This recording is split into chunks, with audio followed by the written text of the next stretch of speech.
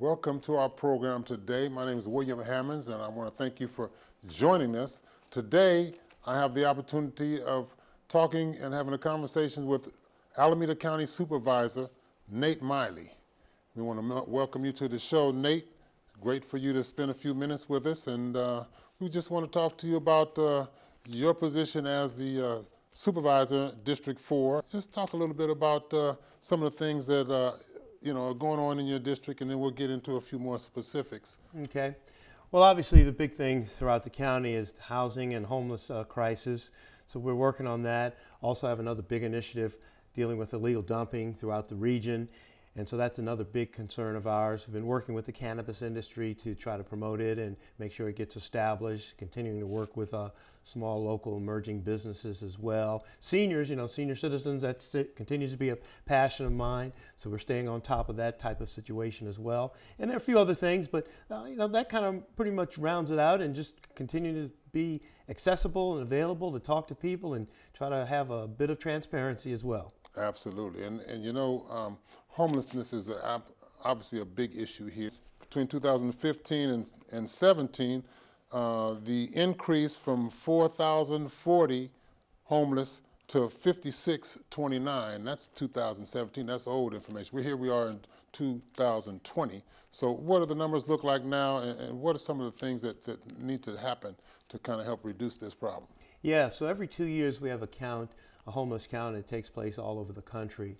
And those numbers probably at this point, and I suspect that the homeless count is probably closer to 8,000 to 10,000 people that are homeless within Oakland and beyond throughout the within county. Alameda County? Yes, yes. And so the crisis of unsheltered individuals and families continues to grow. And what we need to do is we need to turn off the spigot. We need to stop people from being displaced. We need to stop it from people being homeless and losing their shelter. And that's one of the first things we need to do. But in addition, we need to build more housing, and we need to provide opportunities to get people employed. There's three maybe classifications of folks who are homeless. They're folks who are the working poor. They're living in their cars, living in RVs. They might even be in shelters and going to work. So we need to address that population and get them into housing and continue being gainfully employed. Then there's folks who are dual diagnosis, who have mental illness, substance abuse. Those folks need treatment. I don't know if you noticed it, but there's a lot of folks who are just need treatment. And even if we get them into housing, if they don't have treatment, they're not going to stay in housing, and they're going to destroy the housing or whatever. So we need to ensure that we get folks who are suffering from mental illness and substance abuse treatment and get them housed and onto a path of, let's say, sustainability and success. And then there are folks, and it's not a big population, but there's some folks who are just chronically unsheltered, and they choose to be that way, and it's a small percentage. And then there's other folks who are preying upon the homeless, the criminal element. Folks are having folks get involved with prostitution, having folks get involved with illegal drug dealing. So there are people who are preying on the homeless and taking advantage of them. We need to address that problem as well. So basically, to try to get a handle on this, the county, the state, the city, we're providing resources to help people if they need to have additional money so they can stay sheltered, coming up with resources so they can have funds to stay in their apartment. We're looking at other ways that we can provide tenant protection so that people can stay housed. We're looking at incentives as well. Those are some of the things in terms of trying to turn off the spigot, trying to provide more affordable housing. That's another piece of the equation. A couple of years ago, the voters passed Measure A1, which is a $580 million bond measure that provides funding for affordable housing. And that funding has been matched with other funding from other sectors of our society, as well as the philanthropic sector as well as the private sector. So we're providing more housing units, but we can't build housing units fast enough. So we need to remove some of the barriers. And fortunately, the state is stepping in with new laws, new regulations, new incentives that helps us to remove some of those barriers to building housing faster and providing more housing. But once again, if we build it and we provide it and we don't stop the displacement, we're just kind of treading our wheels. We're not really making any progress. So we need to be working on both of those fronts. And in the county, we're also receiving funding from the state, and the county's put, with the cities, close to about $170 million into trying to address the housing crisis this past year. So looking at mental illness, looking at substance abuse, looking at safe car parking, looking at where we can provide parking for RVs so that people can park their RVs in an appropriate manner, looking at how we can address the problem. If people are in encampments, how can we make those encampments safe, sanitary, and recognize that this will be temporary, but let's make this community, this encampment community, let's try to make this as dignified as possible. So that's another approach where we're trying to address that. And then ultimately, just trying to continue to recognize that the governor held a press conference where we're getting FEMA trailers to come down and provide shelter for the unhoused. And that's important that the governor is stepping up, putting in more money into the housing crisis, but also providing more policy direction so that the counties, the cities, all the public sector jurisdictions, the faith community, the business community, everybody's rowing in the same direction, trying to achieve results, as opposed to people having the best of intentions and just kind of rowing helter-skelter, and we're not really making any progress. We're just trying to, once again, treading our wheels, or spinning our wheels. So I think having the state recognize that this is something that needs state intervention, state leadership, I think is another component that's really helping us out a lot. So that's kind of, in a nutshell, some of it. And one last thing I want to just say. I keep telling folks, I don't think at the moment it's a question of money. I think we got a lot of money coming into the trying to look at this problem. It's a question of, is all that money getting out on the streets? Is all the money that we're spending being used appropriately with the appropriate and correct strategies and interventions? And if it's not, let's change that up. And then if we need more resources, then let's get more resources to address the problem based on the appropriate strategies and interventions that we're receiving feedback on, based on the data that we're receiving. Now, I know there have been a lot of conversation and some activity around the smaller homes, yes, and putting up some of those temporary facilities, and then there was some discussion about the some of the church communities opening up their parking lots and some facilities and that kind of thing.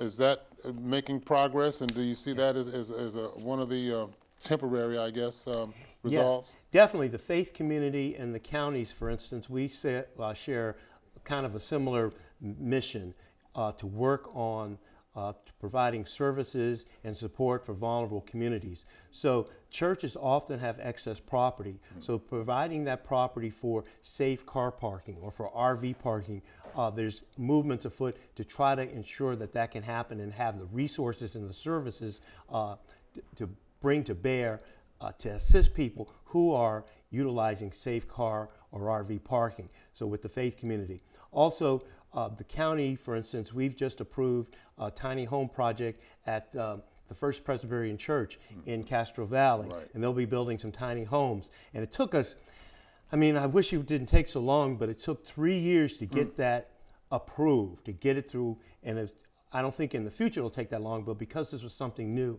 it took a long time to kind of maneuver through all the regulations, get in place what we needed to have, the framework, in order to make this happen. So we're going to have tiny homes being built at First Presbyterian Church, and tiny homes are much more affordable. And then at First Pres, what they plan to do is have folks living in those tiny homes for about 18 months.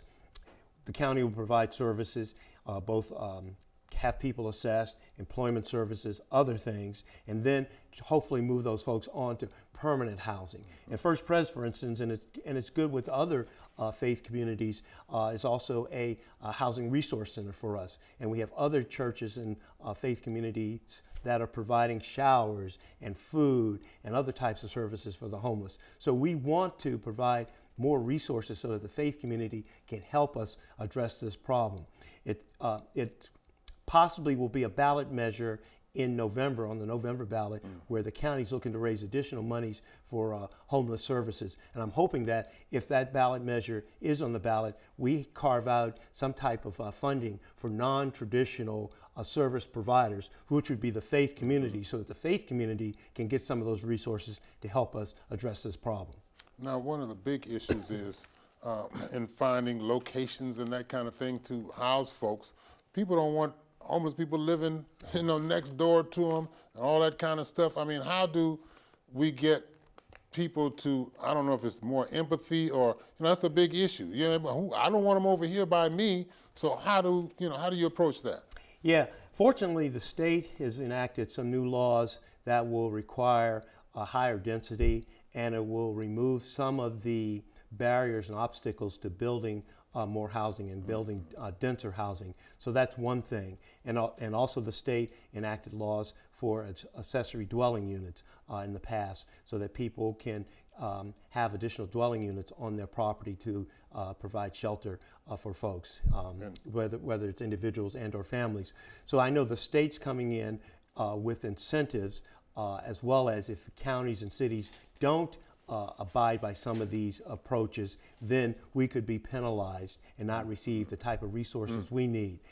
The other thing is, I think we just need to continue to try to let folks know that we need to provide a sense of humanity, a sense of shelter for everyone, but we need to look at both sides of the equation. And I often tell folks, as a policymaker, I am constantly looking at trying to balance the equities and look at both sides of an issue or all sides of an issue.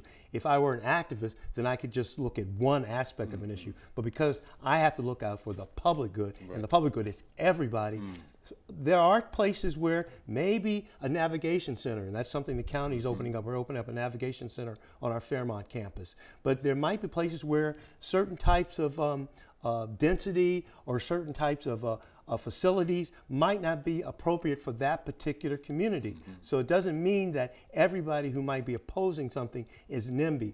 We have to really evaluate it, I think, on a case-by-case basis and not just generalize and say, oh, people don't want it here. But I do know folks are getting tired of the homeless situation, and I know the folks who are homeless are getting tired of being homeless. So we really need to look at this comprehensively, and it is very complex. It is, and I mean, it's to say it's an eyesore to drive by these places is probably an understatement, but I mean, what choices do a lot of people have? But housing is a big issue and a great cause of this homelessness. And when I talk about that, obviously the prices of property have dramatically risen. Foreclosures went out of sight. I'm a victim of a foreclosure myself, so it affected me directly. But the cost of housing is just ridiculous, and people are getting moved out of their place because the property owner wants to earn more money. I mean, I can understand that it's a business, right, but at the same time, there's a humanity issue that we need to be conscious of at the same time. So it can't really be all about greed. So how do we create legislation or how do we address that slowdown? I mean, you don't really control the economy, but we have to figure something out in that housing situation. What types of things are you looking at? Well, the thing is, fortunately, the way the Bay Area is, everybody wants to be in the Bay Area. And what we have is we have a jobs, housing imbalance. So we have more people coming in for jobs, and the cost of living here is high, and we don't have housing to accommodate all these folks. And then additionally, because the cost of living is so high, when people come in and get these high-paying jobs, that displaces others. So we need to provide incentives so that landlords want to rent out their property. We need to provide incentives so that people can continue to have the rent to afford to live in these places. We need to look at living wages so that people can afford to stay in the Bay Area. We need to look at all these, and that's not the entire answer to this situation, this problem that we're facing. The moms for housing, they occupied a house. Now, I don't condone what they did. That's civil disobedience, right. And I don't condone that, but it got a lot of attention, and ultimately they were able to negotiate something that's going to be beneficial for them and maybe beneficial for others. It would have been very unfortunate for the courts to have ruled that they could occupy somebody else's property and not have any consequences. Because then if that would have happened, I think we'd have had mass chaos, and it would have opened up Pandora's box, because others would have done that. So I do think the court ruled in the appropriate manner. But I do feel the Moms for Housing brought attention to this, and by doing that, they were able to, I think, get the public sector as well as the private sector engaged in trying to be more appropriate and proactive on this housing crisis. And that's the type of thing we need. We need much more proactivity around this. We don't need a lot of, I think, studies and more rhetoric and more conversation. We need action. If there's properties out here that are available, government needs to try to buy those up. If government can't buy those up, we need to enter into negotiated settlements and situations with the private sector so that we can make those properties available for unsheltered people and keep people housed who need housing. But government can't go in and say, look, you don't have the right to buy this property and use it the way it's zoned to be used. We don't have that right. But what we do have the right is to try to provide incentives, try to provide programs, and try to come up with laws and regulations that help to protect all of society, all of humanity in a righteous way. You know, as a side note, your friend and mine, Dorothy King, she says hello, and she wants you to come by and see you, by the way. But back in the late 80s, she was with a group, I'm sure you're familiar with it, took over some properties here in Oakland, and she was in Denver doing the same thing. And we find ourselves kind of in the same position where when they took over those properties, they eventually negotiated a deal, like you just mentioned, where Elihu provided some money. I think he was the mayor at that time, and HUD was supposed to be giving out properties, the dollar and this and that, but ultimately they did come to some kind of negotiation, and then Dignity Housing came out of that at that time. And then here we are almost 40 years later in the same situation. In fact, Dorothy went down to the moms and gave them some support. I'm sure they didn't know at the time her history in regards to that, but she's very concerned about that.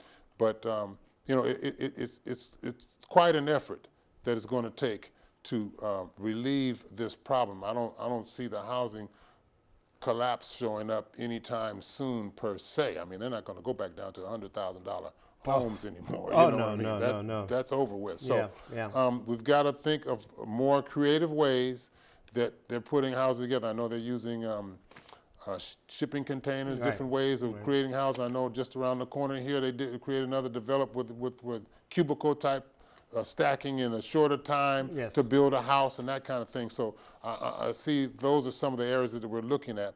But as you say, some negotiations have to take place, and you know, we just have to make some adjustments in the way we're doing business. Yeah, I know, like the carpenters, they have a factory and they can manufacture prefab housing that can go up really real fast. So we need to look at— And less expensive? Yeah, and less expensive. We need to look at removing barriers to development. We need to look at quicker development. We need to reduce the cost of development.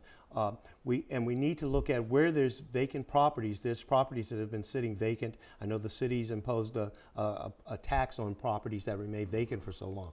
So we need to look at ways that if you own property and you're just sitting on it, we need to come up with either incentives so that property gets to be utilized to help address the problem, or we need to come up with, and it might not be either or, come up with penalties so that if you're sitting on property for so long, we're not saying you can't buy this property, but if you're sitting on it for so long to the detriment of the public good, then the government has the ability to try to move that agenda so that it helps us to address a crisis that is upon us at this point in time. Because we shouldn't allow individuals, whether it's a corporation, because corporations have been ruled to be individual corporation, individual person, or whatever, to allow for the suffering of others to continue when you have a piece of property that can be utilized to help address that suffering. But we need to put that in place in a orderly manner and in a manner that complies with the rule of law so that we don't have mass chaos and pandemonium upon us. And I think that's a role that government can step into to try to come up with rules, regulations, laws, ordinances that help to address that. Because there's property that's been sitting vacant and abandoned for quite a while, both property that needs to be rehabilitated or that could be utilized, as well as vacant land. For instance, the county jail. We abandoned the county jail. Now, we could house a lot of people in the county jail, but I know people don't want to be housed in a formerly, in a former jail. But maybe we could, at one point there was discussion about that, but I think folks told us that would be too stigmatizing for them. I would imagine. If we tear the jail down, it costs money to tear it down. And Now, that's this public is not property. Santa Rita. No, this is Glendyre, Okay. right down the street.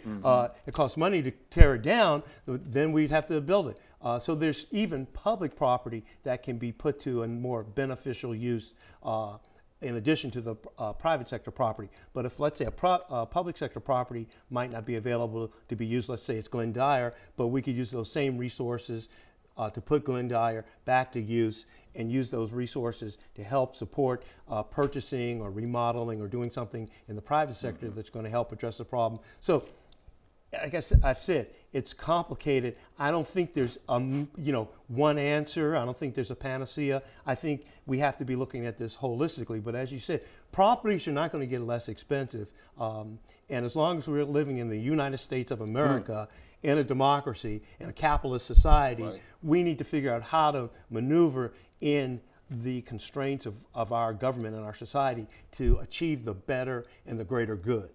Absolutely. Now, in regards to housing in the community, illegal dumping is a big issue, and particularly here in the Oakland area, I don't know about other parts of the county that you represent, but we see it all too often, particularly East Oakland's got some heavy areas that the dumping is going out of this world. And I know Alameda County illegal dumping pilot program has officially planted about 146 trees to kind of beautify and make the area more appealing.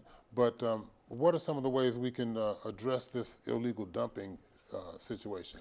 Yeah, illegal dumping is a plague upon our communities, and it's a crime upon our communities.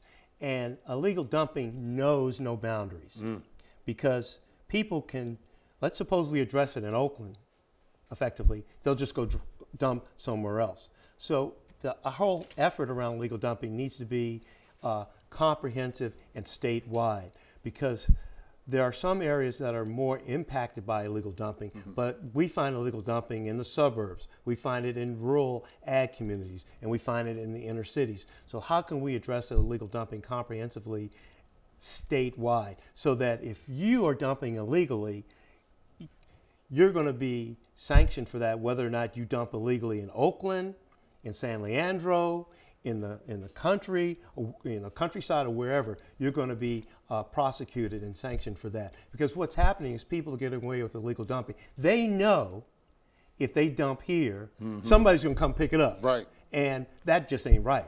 That ain't right at all. So under the illegal dumping task force that I have, we've been looking at illegal dumping comprehensively through the 3 E's: eradication, enforcement, and education. Eradication, enforcement, and education. And eradication, all that is just we go out and pick up illegal dumping. And as I said, Public Works and others will tell you, we can constantly pick it up, and you're providing a free service. They'll come right back and dump. So education, to try to make sure folks are aware that they shouldn't be illegally dumping, raise the awareness around that. But the third E is enforcement. We need to have enforcement. I tell folks, I liken it to traffic enforcement. If you didn't have traffic enforcement, people would speed and disobey the traffic laws. And even with traffic enforcement, people still speed and disobey the traffic laws. But imagine if we didn't have any traffic enforcement. Just think about that for a minute. I don't want to do that. If we didn't have it, Right. It would be total pandemonium. Yep. It'd be crazy. So that's what's happening with illegal dumping. There's hardly any enforcement. So the third E, enforcement, is really, really key, so that folks know if they dump illegally, there's going to be sanctions and consequences for that bad behavior, because it's uncalled for. If you can't dump, the mayor of Oakland, Mayor Schaaf, in the city of Oakland, they have a bulky block party every month where folks can bring all of their items that they want to dump to the corporation yard for the city, I believe, and free of charge. Really? As much as they I want. was going to ask you, Yeah. was that Yeah, available? it's free, yeah. Yeah, because I would think the waste management companies and with some kind of relationship with the city or what have you can provide more free dumping services because, I mean, you're picking it up anyway. Yeah. So if you can make that opportunity more available, hopefully that would, curtail some of that behavior. And you're right. It does help to curtail some of it, but not all of it. Because what I've been told is the folks who are going to do the right thing, they're going to take advantage of the free service. The folks who are going to do the bad thing, they aren't. They're going to dump anyway. In San Jose, they have a program where you can call them up, schedule a pickup of items that you want to have dumped. An unlimited amount of things you can have picked up, as well as an unlimited number of times. They still have problems with illegal dumping. So, because I was thinking, why don't we just make it free? Right. No. If you don't have enforcement to back it up, some people are just going to be, they're lazy. They're going to, their behavior is going to be bad. So that's why enforcement is really key. And so the district attorney and the sheriff's department has been working with me on our illegal dumping pilot that we have in East Oakland. We've picked up over 300 tons of illegally dumped trash and debris out in East Oakland in about a 6-month period. There have been arrests, and not all the arrests have been for illegal dumping, because with illegal dumping, it's about quality of life. If you see communities that have trash and debris, couches, this, that, and the other, mattresses, etc., it's like it's a breeding ground for crime and other types of behavior. So crime prevention through environmental design. So that's why we've planted trees. That's why the sheriff's department and the district attorney are working with us on this. So folks understand that you shouldn't be taking advantage of these communities, because what's happened is people who have been suffering with illegal dumping in certain communities have become hopeless. They become despondent. They feel no one cares, and it's brought down their quality of life. It's brought down their property values. And in one instance, and this gets to the encampment, we went into a community where my pilot, legal dumping pilot, is in Oakland, and we talked to the community, said, we want to expand our pilot. They said, we appreciate what you're doing around illegal dumping, but the problem is the encampment. Because encampments, though they are not responsible for illegal dumping, a lot of times they attract it because people know they can come and dump there. Or people bring things to folks at encampments, and then the folks at encampment, after they use it, what are they going to do with it? They don't have garbage service. Right. What are they going to do after it's done, over with? And so we're trying to set up a sanitation and encampment cleanup pilot throughout the county, so we can try to work on trying to keep encampments clean and sanitary as best as possible on a temporary basis if they're going to be there. But in addition, we're trying to address the illegal dumping problem that occurs near and around encampments, because I keep telling folks, don't blame the folks who are unsheltered for the illegal dumping. It's people who are taking, once again, advantage of a situation. So in the pilot area, we're trying to address the problem of illegal dumping at an encampment site. And so that's what the community wanted to have us deal with. So the effort around illegal dumping, eradication, education, and enforcement, the 3 E's, involves all this. It also involves the environment too, because just before the Christmas holidays, some unscrupulous party dumped nearly 1,000 containers of used paint in East Oakland. And the Beautification Council, Kenny Houston works on the Beautification Council, working with us on the pilot. Also, Men of Valor, they're working with us on the pilot.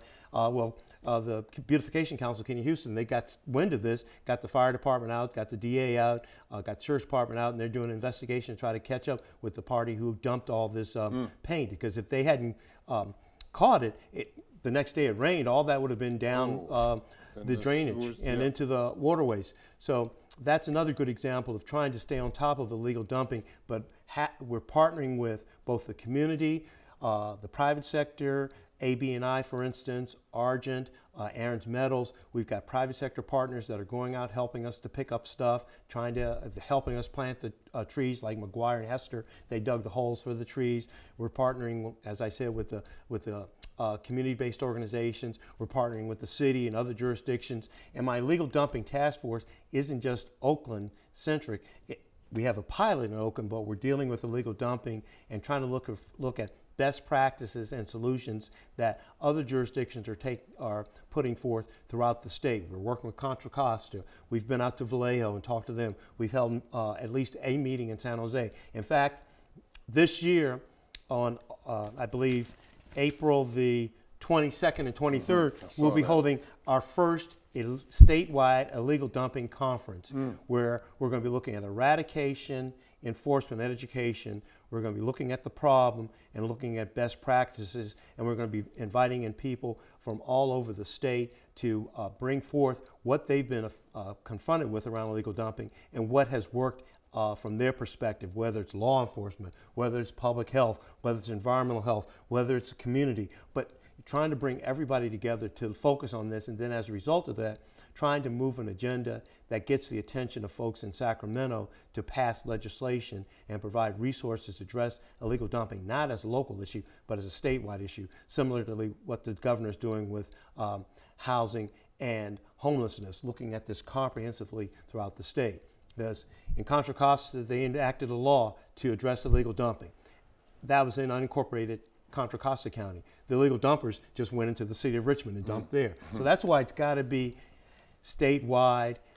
We've been fortunate to get some resources from the state legislature to provide funding for Alameda County and Contra Costa County to pay our sheriff's departments in both counties to help work on illegal dumping through enforcement, trying to capture some of these unscrupulous, unregulated haulers, because we have the franchise haulers, and they'd like to see this addressed too. But then we have the unfranchised haulers, the unregulated haulers, who, like, you call them up and say, "Hey, come over to my house, pick up this stuff. I'll pay you $200." Right. Okay, they pick it up, they turn the corner, they dump it, pocket that $200 with my name on the paper, and then now they're coming to my house, knocking on my door. Hey, you dumped this? No, I mean, I paid that guy. Right. So one thing we're trying to push for is like a statewide registry. So if you're going to be an unregulated hauler, at least you got to register, so we know Hammons is an unregulated hauler. You've paid your $100 fee to be registered. It's just a modest fee, so we know you're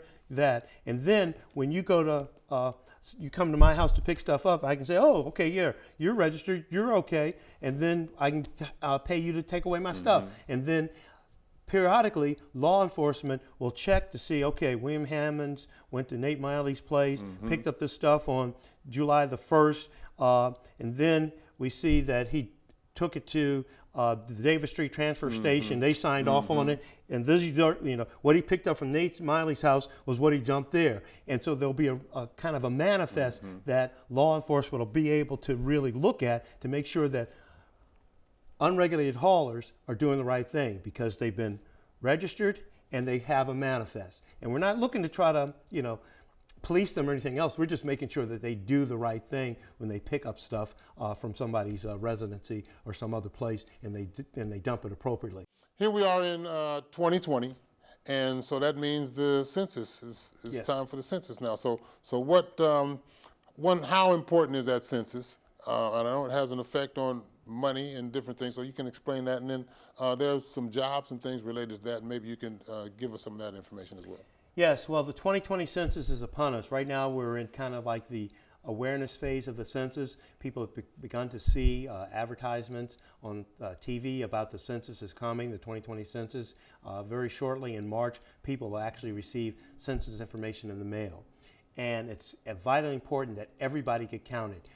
Whether you're homeless, whether you're undocumented, whether you're a citizen, everybody gets counted, and all information in the census is confidential. Now wait, I thought Trump wanted to put in that alien. Yeah, that citizenship question. Right. Court struck it down. Okay, good. Yep. Mm-hmm. Court struck it down. So everything in the census is confidential, and it's important that people feel comfortable to get counted because it provides resources. The county's budget is about $3.5 billion, but of that $3.5 billion, probably only about $500 million of it is discretionary. The other $3 billion is all categorical, and we get that money based on the census, based on the needs that we have to address. So if there's an undercount, we won't receive as much money as we need to try to address the needs. So that's why it's important that everybody get counted, so we can provide services to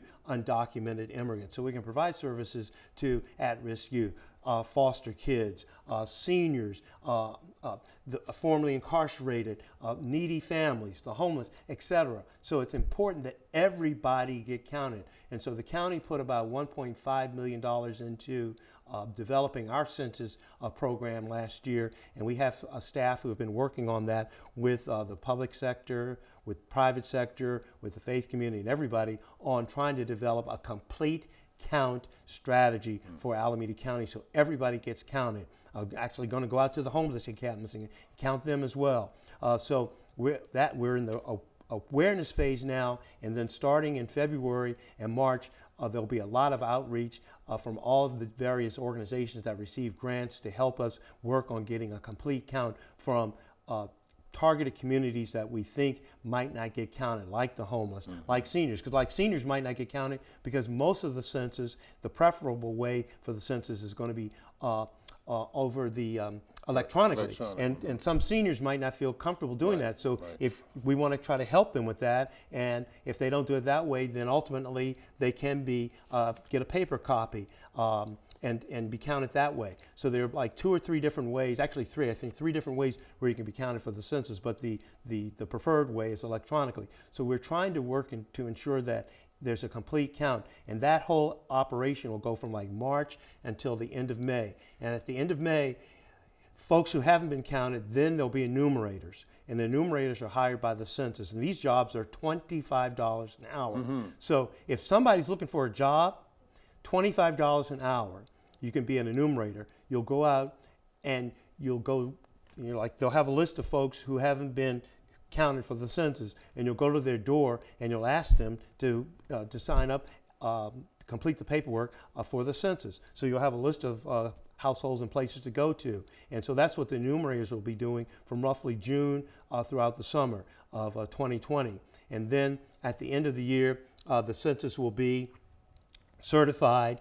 And then in 2021, based on the census, then we'll look at redistricting to determine the political boundaries for city councils, for county supervisors, for state officials, state legislators, for congressional seats. So it's all going to be based on the count to determine the political boundaries. And in some cases, the government itself will be responsible for that, and in other cases there's a commission that will be responsible for coming up with the redistricting plan. So the census is important for 2 reasons: funding and political jurisdictions and boundaries determine whether or not a district what it's going to look like.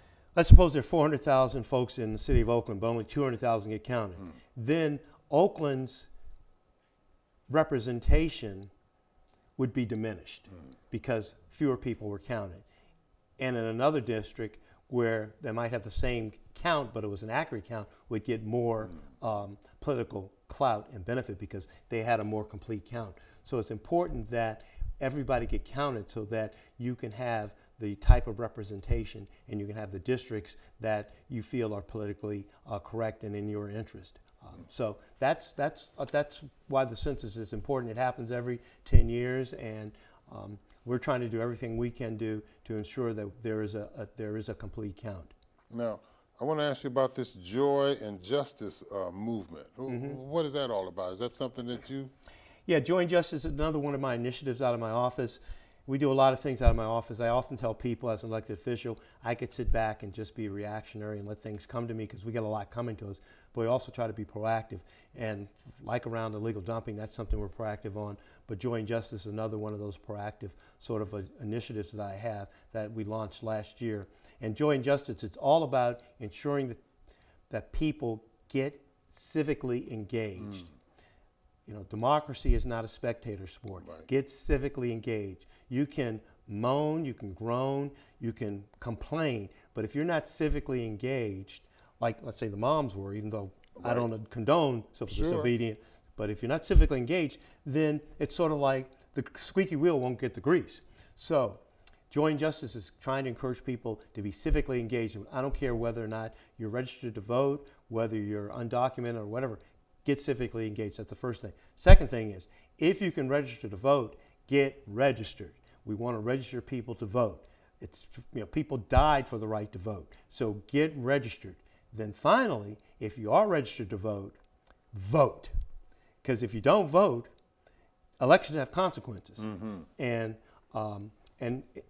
you can complain about who you have in office at the end of the day, but if you haven't gotten out and voted and exercised your franchise, then what happens is you get what you deserve by not participating.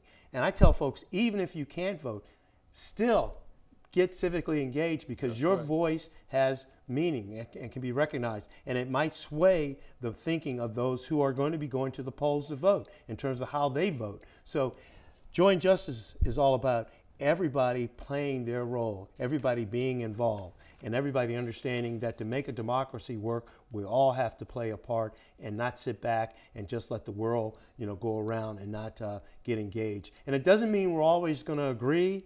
Reasonable people are going to disagree. These issues are not always simple issues. I like to tell folks, I wish every issue was black and white, but all issues aren't black and white, they're complex. But we have to have dialogue, we have to be engaged, and we have to keep kind of trying to move the agenda forward that builds a more wholesome and a better society. It reminds me of a line from Chuck D, Public Enemy.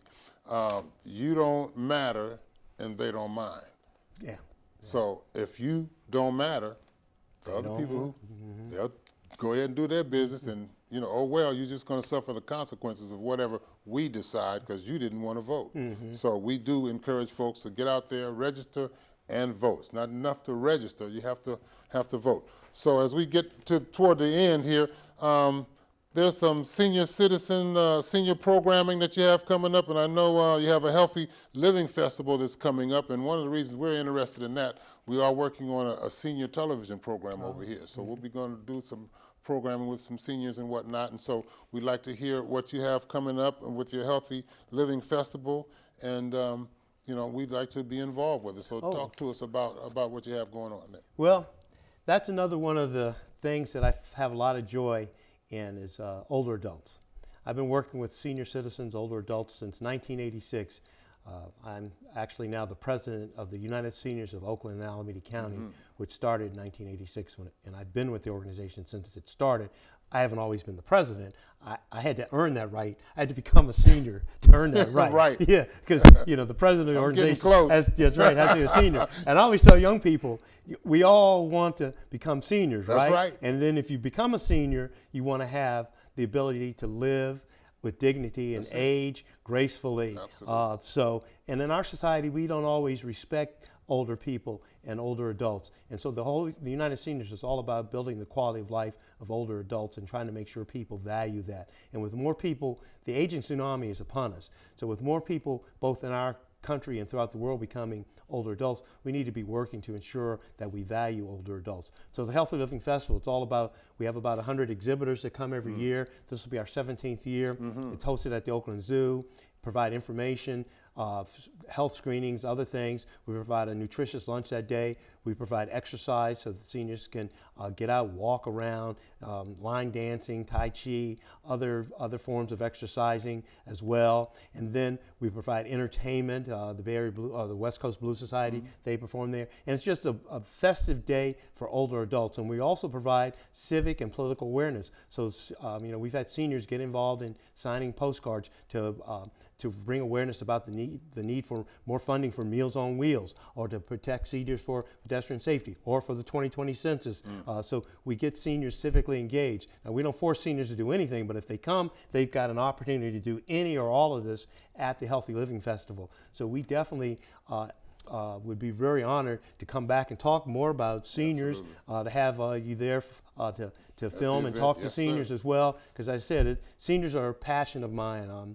They're a joy, and I never thought that'd be the case when I got started with them, but I've been with them since 1986. I've been honored enough to become one, become a senior. And even though I've got two adult kids and I Right. got 2 grandkids, seniors are still, well, okay, my 2 grandkids are real love, but the I point bet. is seniors are still my passion. Absolutely, and I tell young people and all the time, the goal in life is to get old. Okay, now when you get there, how graceful and how effective are you going to be? Well, it depends on how you plan for it, and you should plan on it because hopefully you're going to make it. And the last thing I just want to hit on real quick, you mentioned it early, this new industry of cannabis. It's changed dramatically. It's changed lives. Laws have been changed, and the future looks bright. What are your thoughts? Some of the things that you guys are doing in the industry of cannabis business here, and how that's affecting the county. What can you share with us about that? Well, I've been a supporter of medical cannabis when it first Proposition 215, I believe, 215, passed right. back in the mid-90s. I've been a very strong proponent of medical cannabis. Then with the legalization of cannabis in 2016, I think Proposition 64, now that this industry is legalized and it's in one form or another either legal for adults or medical in over 30 states throughout the country, including the District of Columbia. At some point, it's going to be taken off of the Controlled Substance Act, which is extremely important, so we can have kind of a national norm for cannabis as opposed to it being set up by states. Because what's happening in Alameda County, we've approved additional cannabis operations, but to date, no new additional cannabis operations have come about because of all of the bureaucracy associated with it and trying to set it up. At one point, everyone was thinking we get these cannabis operations in place, they're going to yield all these taxes, additional money for the public sector. That hasn't been the case because too many jurisdictions, and Oakland's not one of them, too many jurisdictions have de facto banned cannabis operations. Even though they're legal, we could have manufacturing, we could have testing, we could have retail, we could have cultivation, any number of possibilities in the state that could allow for a cannabis type of operation in the jurisdiction. But even in Alameda County, of the 14 cities plus the county as a jurisdiction, I think only maybe 6 are allowing any form of cannabis operation. I think it's like Hayward, Emeryville, Oakland, Alameda County, Berkeley, and there might be one other jurisdiction. But the others are not allowing any type of cannabis operation. And that's kind of like a microcosm of the entire state. By not allowing some form of cannabis operation, what you're doing is you continue to drive the underground economy. You can continue to drive the black market. And instead of somebody being able to get their cannabis from a regulated legal business, they go to the black market. And that's not helping the cannabis industry, nor is it helping the public to receive the benefit of the cannabis industry and the taxes that we might be receiving to go back into addressing problems of treatment, law enforcement, and other things that would be necessary if we had those additional resources. So my feeling is it's unfortunate that there's local control around the cannabis industry and we don't allow for some form of the cannabis industry to exist in every jurisdiction throughout the state. And I want to repeat that, some form. You don't have to allow everything, but allow something in your jurisdiction for the cannabis industry. And then there was some laws, the release of some folks or the destruction of their record if we had some cannabis arrests or what kind of, can you tell us anything about that? That's happening under the district attorney, public defender. They've been working on expungement of cannabis records. I think a lot of that is moving along. I think it's important that people who have suffered the consequences of being incarcerated and stigmatized because of cannabis have those records removed and be given opportunities to succeed in this now legal economy. But they can't succeed in this legal economy if they don't get opportunities, and they can't succeed in this legal economy if it's a de facto ban in most cities and most counties throughout the state of California. Okay. Well, Supervisor Miley, it's been a real pleasure having the opportunity to sit down here, spend a few minutes with you in this conversation. We look forward to more of this with you, and I just want to thank you again for coming in to our studio here at OWH Studios and spending a little time with us and talking about your position as the Supervisor of Alameda County's District Number 4. So Well, thank you. appreciate It's been coming very in. enjoyable. All right. So that's going to do it for us this time, and we'll see you next time. All right.